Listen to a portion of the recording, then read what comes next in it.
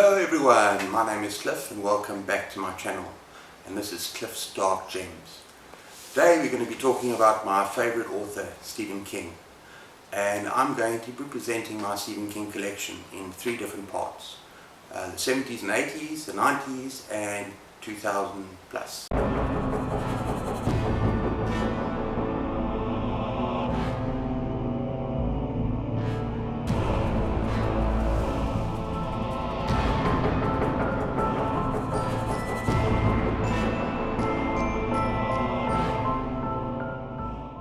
The thing that most people know about Stephen King's long and illustrious career is that it can be broken up into three different parts.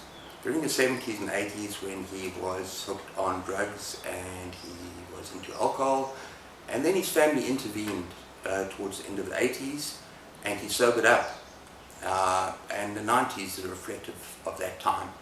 And then towards 1999 he was involved in a terrible accident that nearly lost his life.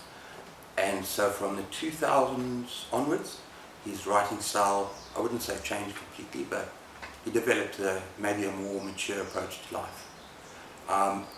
In this video, I'm going to be first of all looking just at his 70s and 80s novels. I'm not going to be talking about the novels that I don't own, that I've read. These are books that I own. And I'm not going to be talking at length about any one of these stories or these novels. I'm going to maybe do that in a future video where I do my top 10s, my top 20 Stephen King novels, my top 20 Stephen King short stories. So it's going to be a process. I'm going to do a number of Stephen King videos in the future. Okay, so let's get started. Right, first of all, we have Stephen King, Carrie. Now, this is his first published novel, but it's not his first novella that he wrote. In college he wrote The Long Walk, which I actually consider to be a hell of a lot more terrifying than Carrie, although this is a reasonably good novel. Next we have Salem's Lot. This is a vampire tale with teeth, like Bram Stoker's Dracula. This is a scary, terrifying novel. Followed by The Shining. Here's Johnny, or maybe in the case of Stephen King at that point in his life, here's Stevie. Then we have what I consider to be Stephen King's masterpiece, and that is The Stand. I have 3 copies of this novel, one of them incredibly tatty, but that has a backstory. I think this is one of the first books that I ever bought at a second-hand used bookstore, almost like a hand-me-down, and it was in atrocious condition then.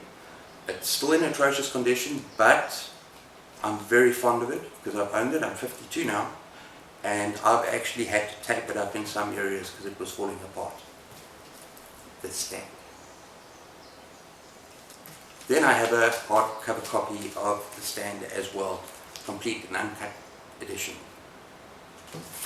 Finishing off the 70s, we have 2 stories. The first, many people consider to be his favourite or his best short story collection, Night Shift. I disagree, even though that this is very dark. There's some very dark, gruesome short stories in here. I think there's a better collection that I'll talk about shortly. And then we have The Dead Zone. I'm actually 99% sure I've read this, but I cannot remember anything about it, so I'm not going to talk about it. The Dead Zone. Okay, now we're going to move into the 80s with Firestarter. A young girl who can start fires. What could possibly go wrong with that? And then we have Cujo, a rabid dog. What could possibly go wrong with that? This is a traumatizing book. Really, really terrifying. And Stephen King cannot remember writing it. That's even more terrifying. And here are 2 other covers of Cujo, which I think are in my top 10 covers of my collection of books of all time. Look how terrifying it is. Wow. And then my hardcover edition. Also, just those teeth and that slobber coming out. Wow. And then we have the first book in perhaps the greatest fantasy stroke horror series for me of all time, The Gunslinger. Then we're moving on to another short story, a novella collection, different seasons. I want you to tell me what story is on the cover. Have you got it yet? Have you got it? It's The Body. Another book from different seasons, Shawshank Redemption. Who can forget that film? Now we're moving on to Christine, a possessed car. Very bad car that does very bad things to bad people and good people. Pretty good story. Moving along with the 80s. Another story I think is very underrated, very underappreciated, where he collaborates with Peter Straw, and that is The Talisman. And then we have Thinner. Not my favorite story. I think I have other ways to get slim. It's a little bit creepy.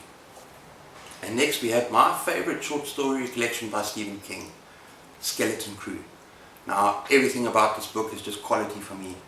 From the stories, The Jaunt, to Survivor Type, which is still one of the most terrifying, disturbing things that I've ever read. This is absolute quality. And then one of the reasons why everyone is so afraid of clowns, Stephen King's It. Oh, come on, why would you be afraid of clowns? Next we have a novel that he wrote for his daughter. I think this is also a very underrated, underappreciated horror story. People say it's just a fantasy, but it's a darker fantasy story, and you meet some pretty interesting individuals in the story. The Eyes of the Dragon. Next we have Misery. And if anyone has seen the movie, I don't think I'll ever see Kathy Bates in the same way again. Oh, maybe there was this other one time, this one movie, but we're not going to go there. No, Misery. Finally, to round off the 80s, we have probably one of his least liked stories. Perhaps also because this was maybe at the height of his addiction, or I'm not too sure about that, but that is the Tommyknockers. But I think there's still plenty of thrills and spills in this book, and it's well worth a go. Thank you much, everyone. That is my roundup of my book collection from the 70s and 80s from Stephen King. What are your favorite books from that era? Which books have you read that, or you haven't read? What's your least favorite? Please comment in the comments below, and be sure to like and subscribe to my video and to my channel. I'd really appreciate that. Thanks everyone, have a great day.